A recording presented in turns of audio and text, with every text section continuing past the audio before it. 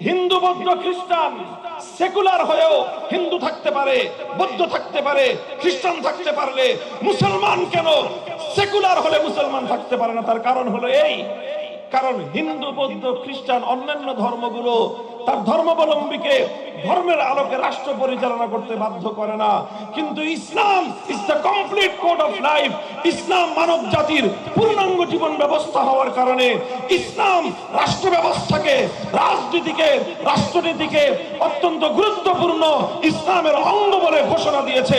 সুতরাং রাজনীতিকে যদি ইসলাম থেকে মাইনাস করা হয়, ইসলামকে অঙ্গহানি করা হবে। রাজনীতিকে যদি ইসলাম থেকে দূরে সরিয়ে দেওয়া হয়, ইসলামকে অপূর্ণাঙ্গ করে দেওয়া হবে। রাজনীতিকে যদি ইসলাম থেকে সম্পর্কহীন সাব্যস্ত করা হয়, তাহলে ইসলামকে হত্যা করার চেষ্টা করা হবে। যারা ইসলামের অঙ্গহানি ঘটাবার চেষ্টা করে তাদের বিরুদ্ধে যুদ্ধ করা মুসলমানদের জিম্মাদারি। কোনো কিছু মনে থাকবে না। ইসলামের প্রশ্নে, আল্লাহর কোরআনের প্রশ্নে ইসলাম রাষ্ট্র ধর্ম ছিল, সংবিধানে বিসমিল্লাহ সংযোজিত হবে, আল্লাহর উপর অবিচল আস্থা এবং বিশ্বাস সংযুক্ত হবে, ধর্মনিরপেক্ষ মতবাদ দিল্লিতে প্রচার হবে।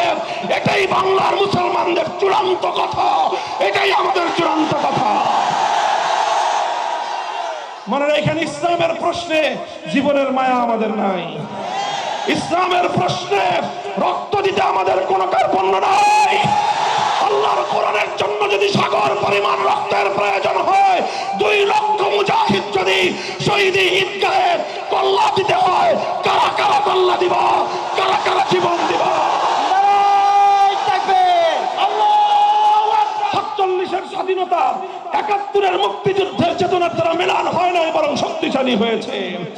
47-এ বলা হয়েছিল মুসলমানদের জন্য ইসলামের রাষ্ট্র চাই, 71-এ বলা হয়েছিল জুলুমের অবসান ঘটাবো ইনশাআল্লাহ। কাজে 71-এর চেতনার দ্বারা 47-এর দেশ বিভাগ আরো শক্তিশালী হয়েছে।